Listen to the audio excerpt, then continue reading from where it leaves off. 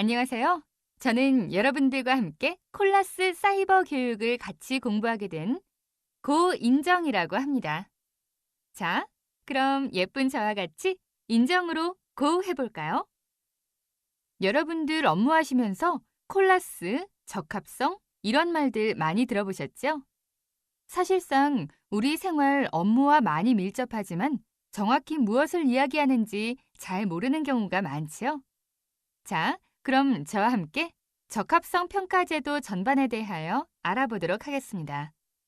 우선 그 첫 단원으로 적합성 평가제도의 정의, 배경, 동향 등을 같이 살펴보시죠.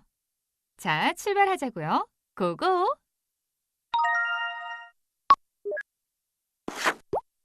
그럼 학습 목표부터 먼저 말씀을 드리겠습니다. 이번 제1강에서는 적합성 평가의 정의와 배경을 알아보고 아일락, 에이플락 등의 외국 기구와 상호 인정 협정 등에 대하여 살펴보는 것이 이번 단원의 목표입니다. KS QISO IEC 17000에 따르면 적합성 평가란 제품, 프로세스, 시스템, 사람 또는 기관과 관련되어 규정된 요구사항이 충족됨을 실증하는 것이라고 정의되어 있습니다.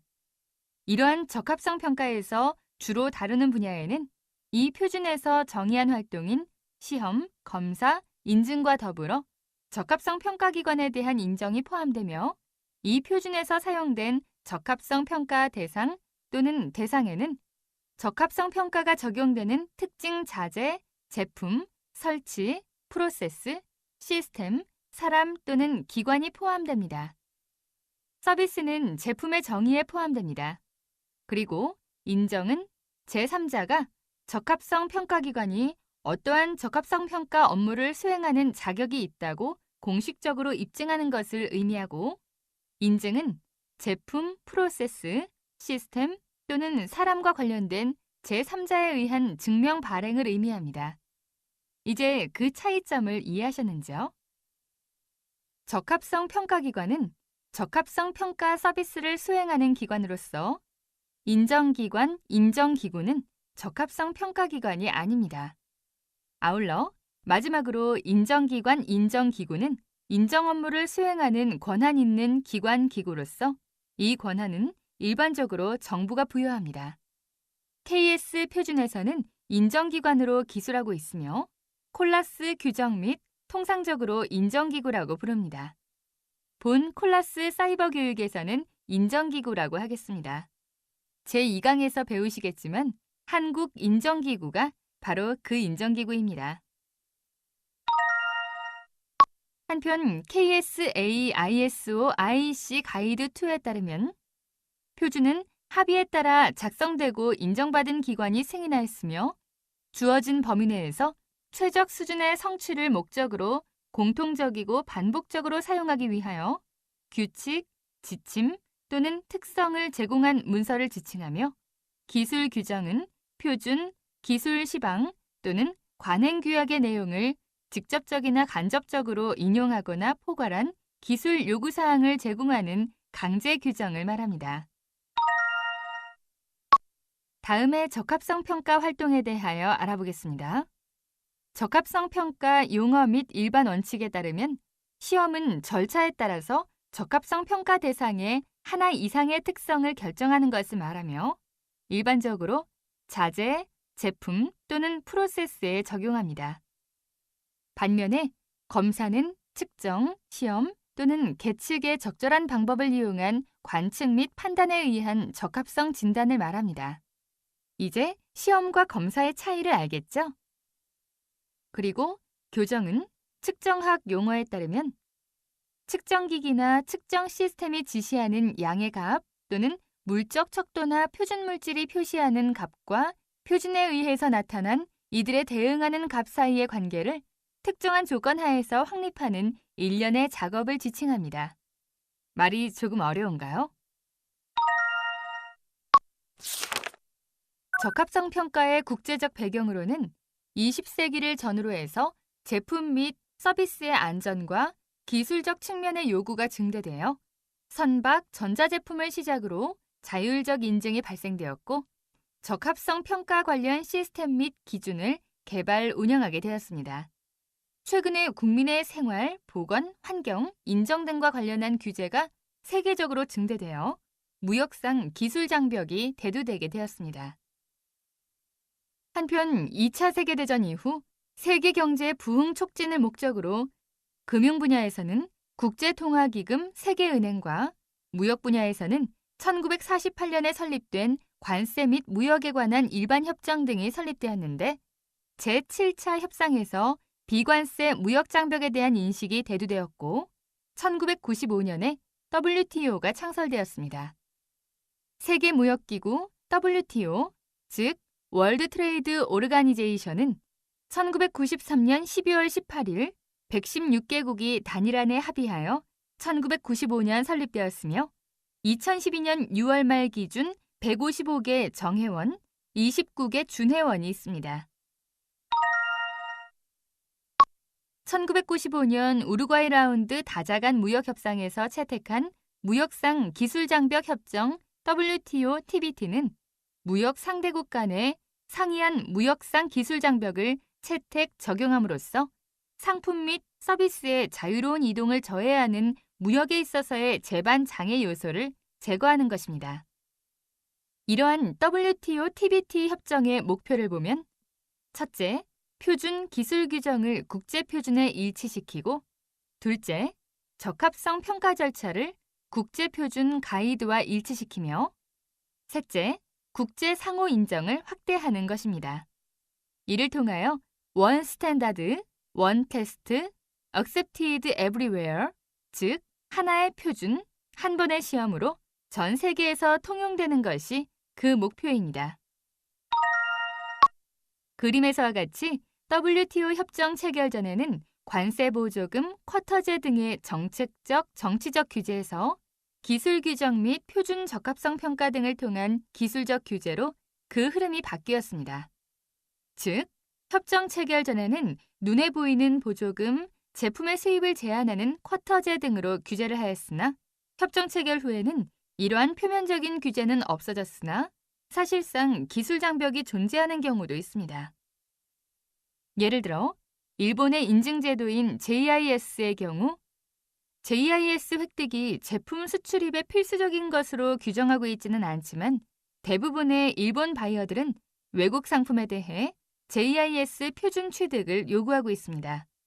이로 인한 추가적인 시간과 비용뿐만 아니라 기술 유출 등의 이유로 일부 기업은 일본으로의 수출을 포기하는 경우도 종종 발생하는데 이러한 경우는 일본 정부 차원의 규제가 아니라 일본 기업들 간의 보수적인 상거래 관습에 기인하는 것입니다.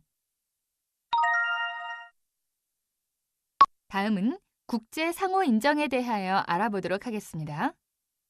MRA의 목적은 앞서 WTO, TBT 부분에서 언급하였듯이 시험, 교정, 검사 등의 적합성 평가를 1회 실시하면 국경을 초월하여 전 세계 어디서나 수용하는 것입니다.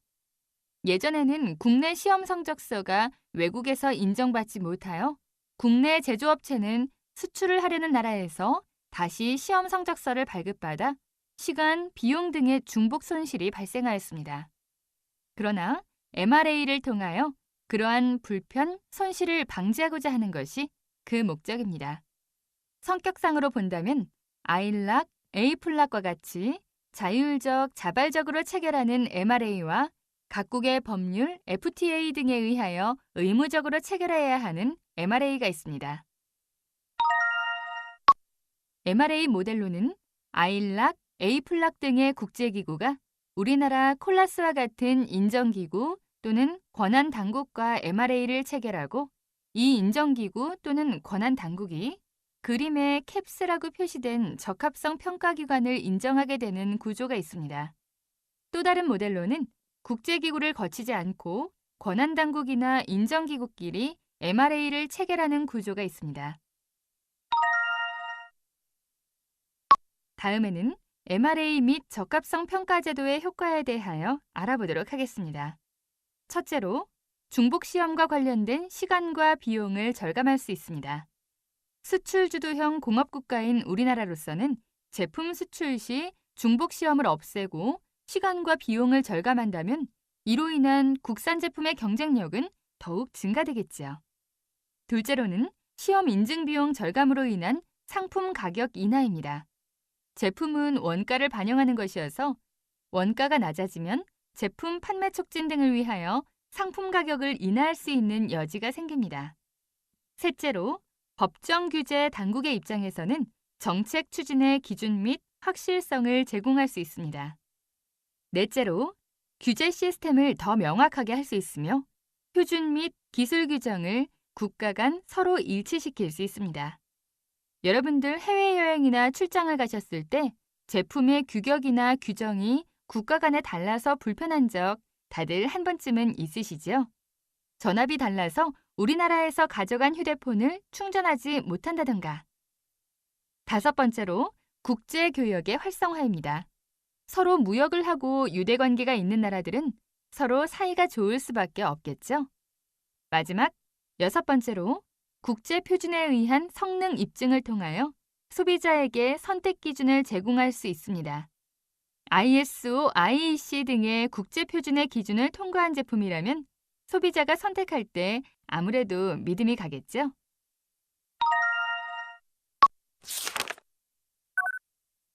이번에는 적합성 평가와 관련하여 아일락, IAF, A플락, ISO, 카스코, IEC, CAB, OIML 외 기타 여러 기구에 대하여 알아보도록 하겠습니다.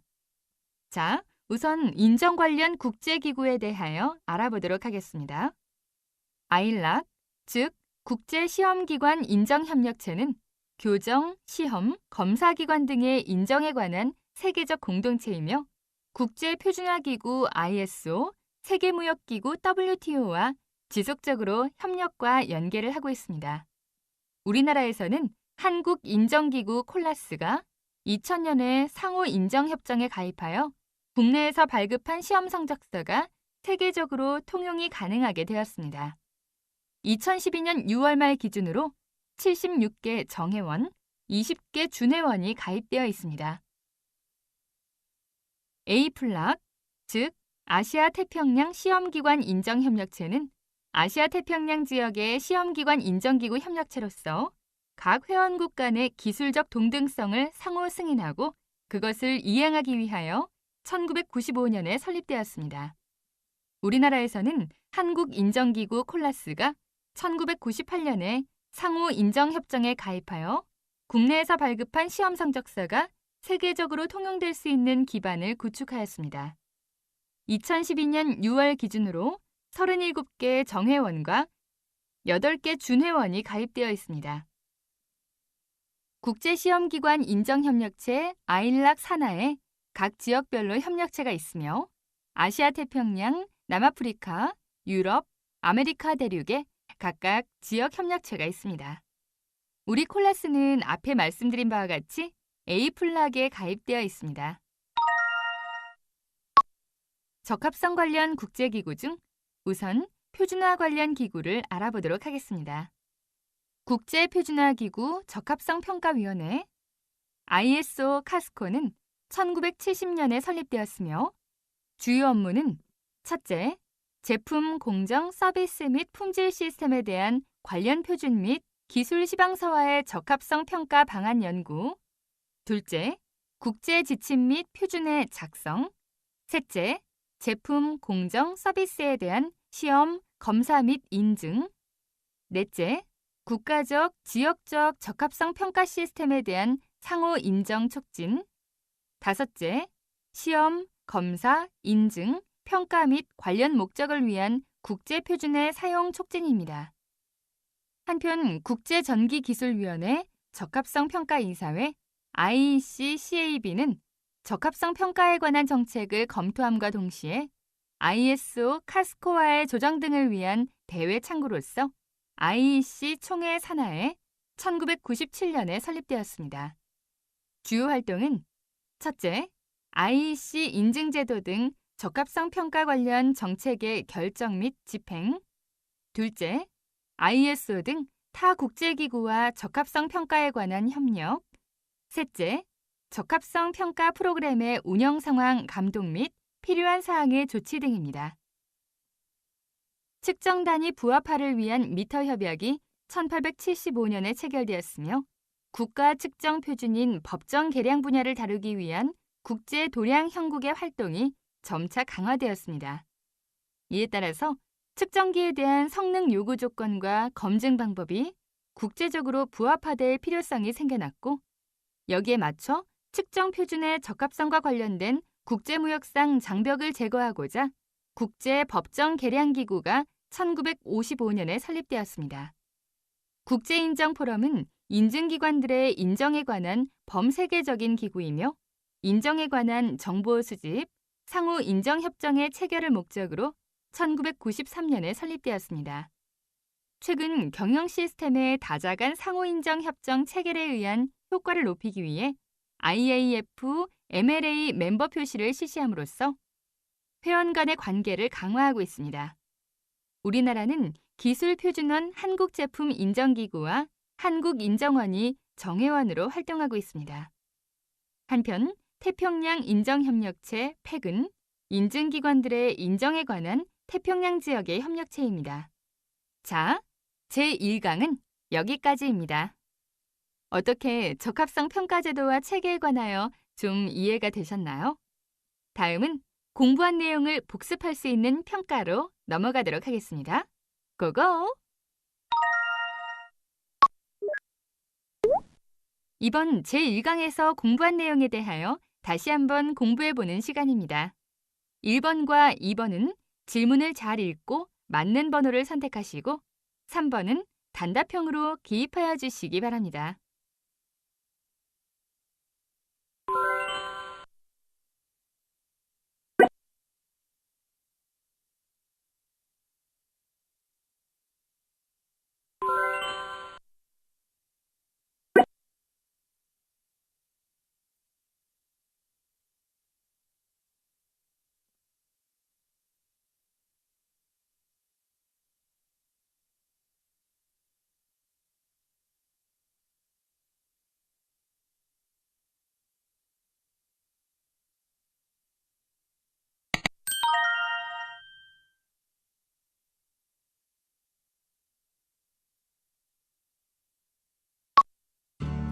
수고하셨습니다.